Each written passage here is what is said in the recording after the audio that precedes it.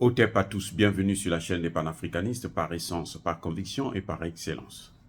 Celle des citoyens québécois par nécessité et obligation de combat.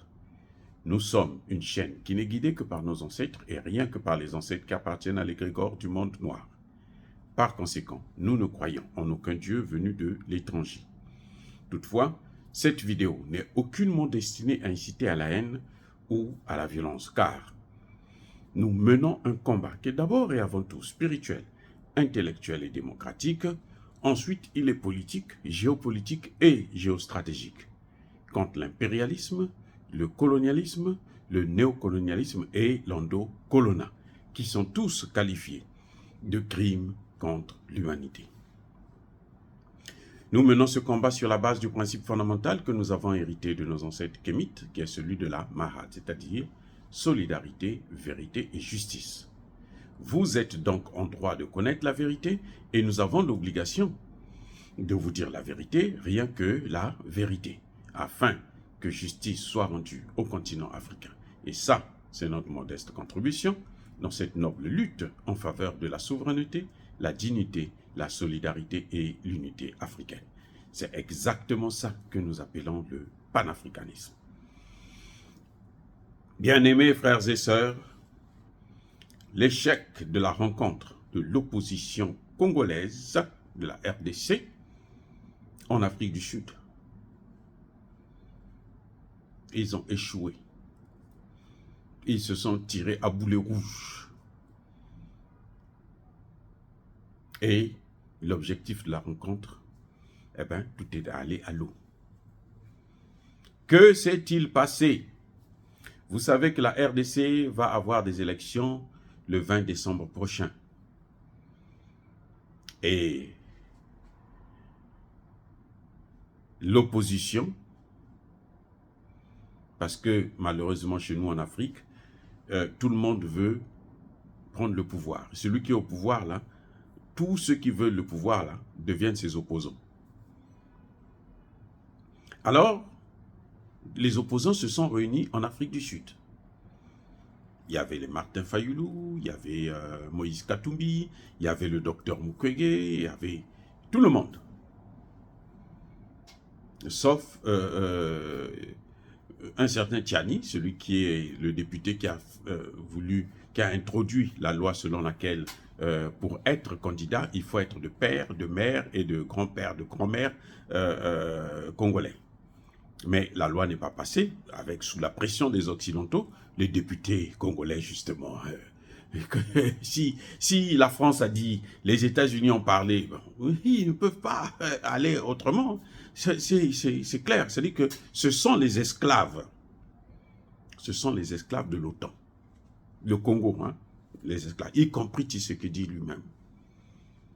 Tshisekedi n'a pas trouvé mieux qu'aller prendre des Français et des Roumains pour venir l'aider à régler le problème de l'Est du Congo démocratique, notamment dans le nord du Kivu, contre le Rwanda.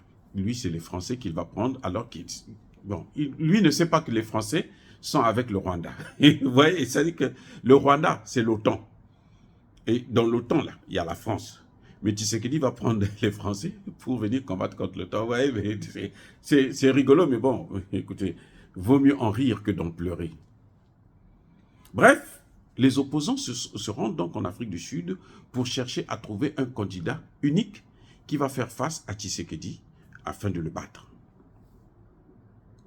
Quand ils arrivent, ils rencontrent d'abord la diaspora, ils choisissent quelques pasteurs, ce qu'on appelle hommes de Dieu, mais qui sont en fait, qui utilisent le nom de Jésus comme fond de commerce pour s'enrichir, pour vivre bien à l'étranger. Donc, et même d'ailleurs au Congo aussi, c'est le pays où il y a plus d'églises de réveil au monde, en quelque sorte. Bref. Alors, ils vont prendre ces pasteurs qui vont venir les organiser donc cette rencontre-là afin de trouver un candidat en commun. Mais le grand problème s'est passé entre trois candidats. Martin Fayoulou, Moïse Katumbi et le docteur Mukwege. Le docteur, lui, quand il est arrivé de voir si les gens avaient de l'argent, le docteur n'avait pas d'argent. Lui, il compte sur les partenaires, ses partenaires. Ceux qui l'aident à traiter les femmes qui se font violer dans l'Est du Congo. Ça, c'est sa base financière. Et ses partenaires, vous savez, ce sont lesquels? Ce ne sont pas les Congolais. Ce sont les Occidentaux. Donc, lui compte sur eux pour qu'eux, ils puissent faire de lui un président.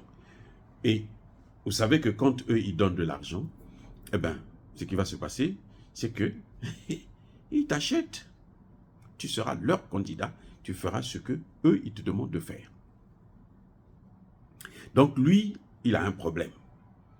Parce que lui dit que non, ce sont ses partenaires qui vont l'aider financièrement pour battre campagne. Alors, il vient le tour de Moïse Katumbi. Moïse Katumbi dit, moi j'ai des mines qui m'appartiennent, de matières premières. Des mines, hein, au Congo, là. Lui, il a des mines à lui. C'est pour lui. C'est pas pour l'État, c'est pour lui. Il est propriétaire de mines. Vous vous rendez compte? Il est propriétaire des mines dans son pays. C'est lui qui ça lui appartient. C'est du jamais vu, mais c'est comme ça. Alors, donc il dit, moi j'ai des mines, donc j'ai l'argent. Parce que les matières premières, là, je les vends. Il les vend. Vous savez comment? Au noir. Mais ce n'est pas l'État. C'est lui, c'est pour lui. Le sous-sol, là, c'est pour lui. Le pétrole, là, c'est pour lui. Il a acheté des terrains, le pétrole qui est là. Le cobalt qui est là. Le machin, c'est pour lui. Mais lui, il a un handicap, un gros handicap. C'est qu'en fait, lui, c'est Kabila, Joseph Kabila, qui a fait de lui un millionnaire.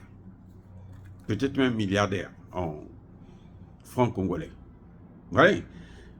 Donc, ça, c'est le premier handicap. Le deuxième handicap, l'incompétence.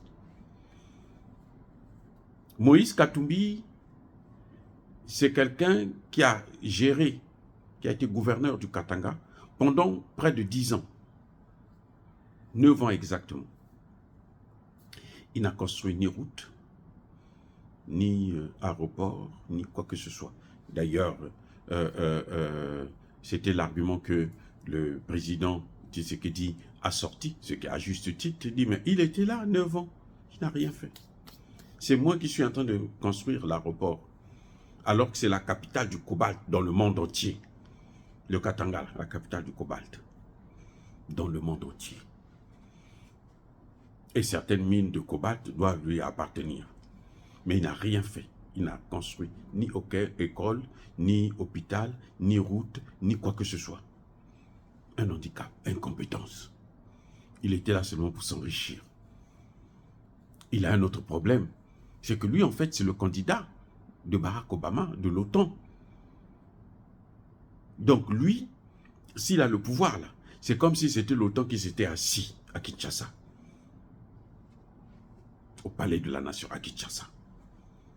Moïse Katumbi. Quand il y a eu, Tchani a sorti sa loi, les Occidentaux avaient peur justement que lui il puisse être écarté. Donc ils ont joué sur le plan B. Le plan B en fait c'était Mukwege. Le docteur Mukwege, il est venu là parce qu'on savait que on se disait que Moïse Katumbi ne va pas pouvoir être élu. La loi devait passer. En principe, la loi devait passer. Mais comme les Occidentaux ont fait tellement la pression sur les députés de merde là qui dorment comme des gros porcs au palais, à l'Assemblée nationale, eh ben, ils n'ont pas fait passer la loi. Mais Mukwege était déjà là. Et donc Mukwege qui se dit, moi, comme Moïse Katumbi dit, moi j'ai aussi des partenaires. En fait, les partenaires, c'est ceux qui exploitent les matières premières du Congo avec lui. Oui. Donc, si maintenant, là, quand il était dans le Katanga, il s'est enrichi, parce que quand il est parti là-bas, il n'avait pas autant d'argent. C'est quand il a géré pendant les 9 ans là qu'il est devenu multimillionnaire, sinon milliardaire. Donc, les partenaires là, c'est ceux qui vendent avec lui. Mais s'il est maintenant président, mais il va vendre le Congo, surtout avec le Rwanda là, il va vendre le Congo. De toutes les façons, lui, c'est un étranger. Son père est étranger, il n'a pas fait... il n'a pas fait... Donc, cette loi n'est pas passée, mais au fond du cœur, là, dans le fond des Congolais, ils ne veulent pas de lui. Et c'est ce qui est sorti là-bas. Martin Fayulu a sorti ça. Que non, mais en réalité, on n'aime pas. La loi n'est pas passée parce que les députés ont été corrompus. On a fait, vous vous souvenez, on avait même pression sur Tshisekedi pour que Tshisekedi puisse intervenir. Et Tshisekedi, comme c'est aussi l'homme des Occidentaux, il a dû faire pression. Bref, qu'est-ce qui va se passer? Le docteur Mukwege va donc dire que moi, je soutiens Katumbi face à Fayulu. Fayulu qui dit, mais écoutez, moi, ceux qui vont financer, ceux qui financent ma campagne, ce sont des Congolais. Que ce soit ceux de la diaspora ou ceux qui sont sur le terrain. Ils disent, non, les Congolais n'ont pas assez d'argent.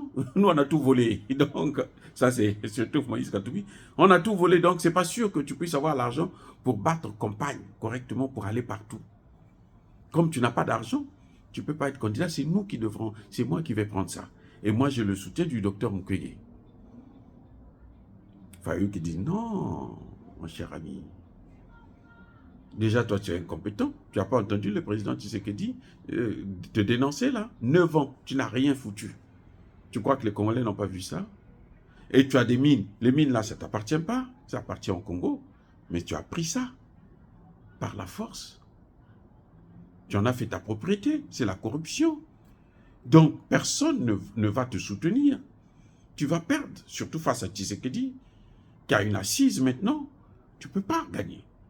Et moi, c'est moi qui ai gagné l'élection et que les Occidentaux ont donné ça à Tshisekedi à travers ce qu'on appelait, ce que Emmanuel Macron appelle les accords à l'africaine. Donc, c'est moi qui suis le meilleur candidat. Il dit, si je ne suis pas le meilleur candidat, alors ce n'est pas la peine, il n'y a pas de candidat unique, on va tous aux élections. Ils sont 26. On va tous aux élections. 26 candidats. Tant pis si Tshisekedi gagne. Et voilà comment les loups se sont battus et n'ont pas pu trouver une solution. Et ils sont revenus la tête entre les cuisses. Échec total.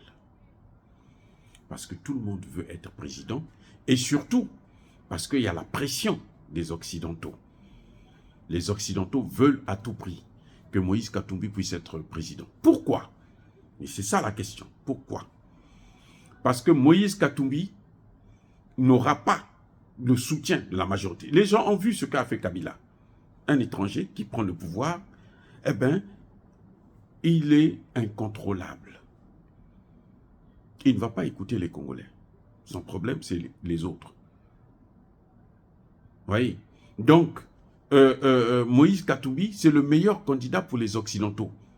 C'est ce qu'ils ont fait en Côte d'Ivoire, s'ils veulent faire encore avec Tcham. Hein? Tidiane Tcham, là, il est sénégalais. Mais comme c'est le candidat des Occidentaux, eh ben, ils vont tout faire pour le placer à la présidence parce que là, il va exactement continuer le travail que Alassane Ouattara a commencé. Ils vont vous amener des théories comme quoi nous sommes des banquiers, nous sommes des grands économistes. Alassane Ouattara là, a endetté le pays là.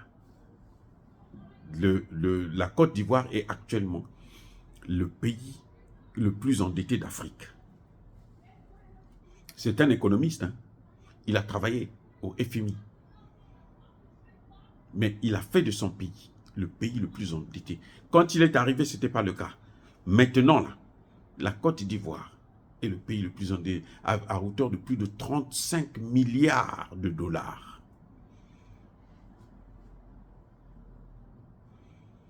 Vous voyez? Donc, maintenant, ils vont faire venir Tcham, on va amener les mêmes théories. Oh, c'est un grand banquier. Ils ont déjà dit partout, c'est un grand banquier, un spécialiste. Il va encore endetter. Donc, quand vous avez affaire à un étranger, eh bien, il vient, il brade le pays. Alassane Ouattara est en train de déposséder les Ivoiriens pour donner à des étrangers leurs terres. Alassane Ouattara que vous voyez là. Quand un président fait ça, sachez-le qu'il n'est pas de votre pays. Même en Afrique centrale, vous voyez un président qui prend les terres, qui les vend, il est étranger. Quelqu'un qui est de ce pays-là, il ne fera jamais ça. Il ne va pas prendre les terres pour donner contrat de 25 ans, contrat de 100 ans. C'est faux. C'est qu'il est étranger. C'est pour ça d'ailleurs qu'on le manipule très facilement. Mais quelqu'un qui est de ce pays-là, il ne fera pas ça. Originaire, non. Ah oui, pur sang, jamais, il ne fera pas ça. Il ne va pas vendre les terres. Donc, voilà, ça s'est terminé en queue de poisson et il n'y a pas d'accord. Donc, les 26 candidats vont faire la compétition le 20 décembre prochain. Ce sera une élection à un seul tour. Il y a un problème, c'est qu'il manque un peu d'argent, 300 millions de dollars. On ne sait pas comment Tshisekedi va faire pour avoir cet argent. Ce qui est certain, c'est que Tshisekedi s'est endetté auprès du FMI et de la Banque mondiale pour corrompre les députés afin qu'ils puissent se taire. Il a acheté le silence de députés, des sénateurs, qui sont payés à 21 000 dollars américains chaque mois. Écoutez bien, 21 000 dollars américains. Alors qu'un magistrat au Congo démocratique gagne à peine 1500. Et un professeur, un enseignant d'école primaire, gagne à peine 120 dollars. Le salaire moyen, il est à 50 dollars. Le député à 21 000 par mois. Dire cela, c'est inciter à la haine ou à la violence? Non. Yaba colère, yama. Encore une fois de plus, bien aimés frères et sœurs, soyez bénis. Je persiste et je signe. Soyez abondamment bénis par le Dieu des Kémites et par nos ancêtres angélisés. Mais que tous ceux qui persécutent le continent africain le pillent et le déstabilisent, qu'ils soient noirs, blancs, chinois, arabes, indiens ou qui qu'ils soient punis, maudits, foudroyés, neutralisés, écrasés, effacés par le Dieu des Kémites et par nos ancêtres angélisés. Vive l'Afrique éternelle, j'ai dit et j'assume.